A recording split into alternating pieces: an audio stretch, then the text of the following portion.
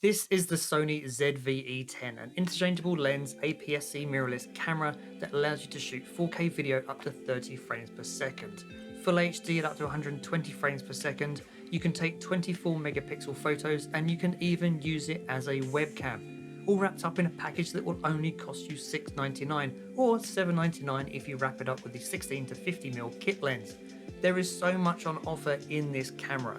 So whether you're a vlogger or a content creator or someone who wants to get into videography and photography for the first time, there are a number of features on this camera that make it super easy to take great photos and videos that could make this the ideal first camera for you. Welcome to my tech gear. Let's get into it.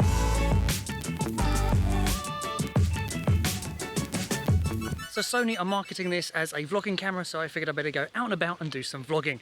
So this is with the camera out of the box in the standard settings. I haven't changed anything else. The only thing I've turned on is the steady shot, so that as I walk it's going to smooth the shot out and you're not going to see it being super jerky.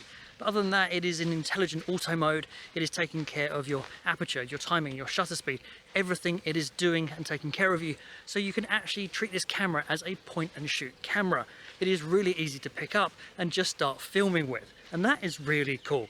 The lens here is a 16 to 50mm lens. So that will give you the equivalent of a 24 to 75mm lens if you were looking at a full frame camera.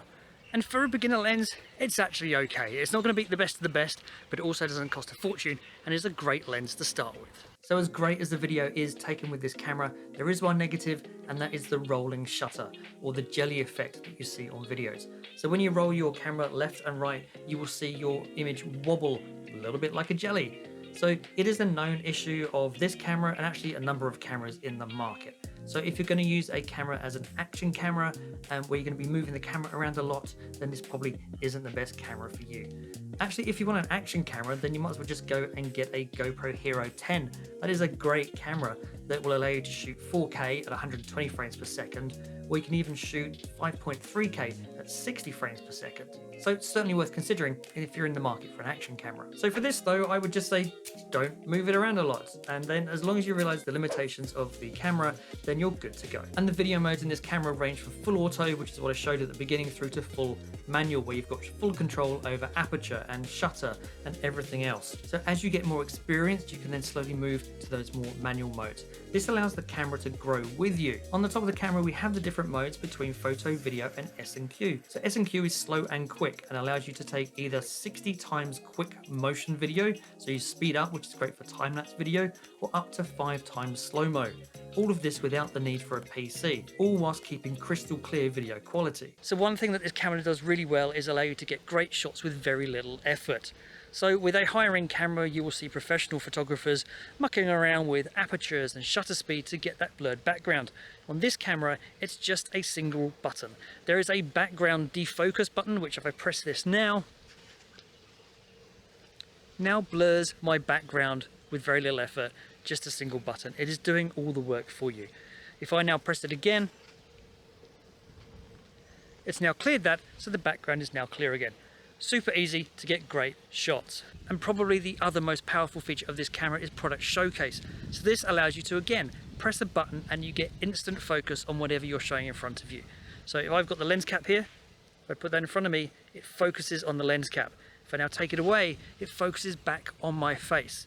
Now, if you wanted to do this with a professional camera, it takes a lot of effort and fiddling around with, and you need to know what you're doing. But here, it's super easy. Again, there's my lens cap, focus on the lens cap, back to my face, super easy, just one press of a button.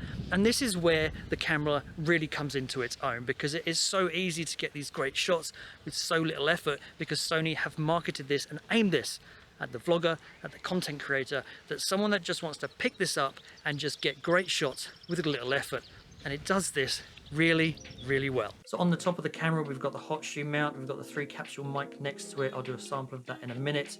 We've got the on-off switch and the 3 video, photo, and S&Q mode I just mentioned. The big red button, which you can't miss, is for recording video, whereas the button at the front is for taking photos, with the zoom lens rocker at the front as well. The back of the camera sees a number of buttons really well laid out, from the menu and the function key down to a dial, and then your play and your bin button as well. And one of the most important features of this camera is the articulating LCD screen, so it can be facing backwards or forwards, and you can see exactly what's going on no matter which side of the camera you're on. Another great feature of this this screen is that when you are recording, it will put a big red box around the screen to show you that you're recording, as well as this red light at the front which goes on red when you're recording as well. So super easy to tell when you're recording. Now, one downer of the LCD screen here is the touchscreen, or rather the lack of.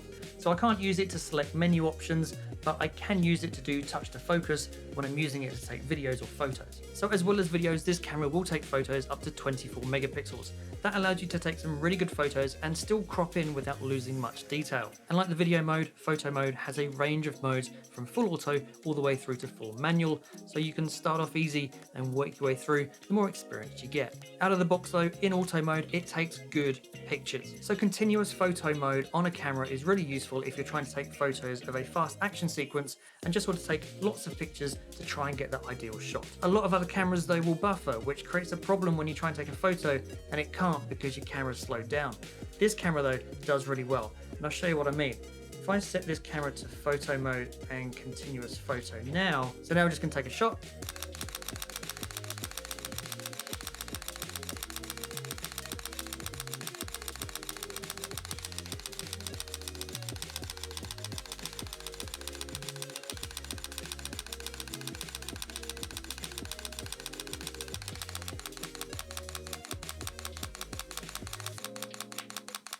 And now it started to slow down, and you can hear it slow down. It started to buffer, but it takes about 100 pictures before it actually starts to buffer, which is really, really good, especially at this price. Now, most of the audio in this video is captured using the Rode VideoMic NTG shotgun microphone plugged into my mobile phone.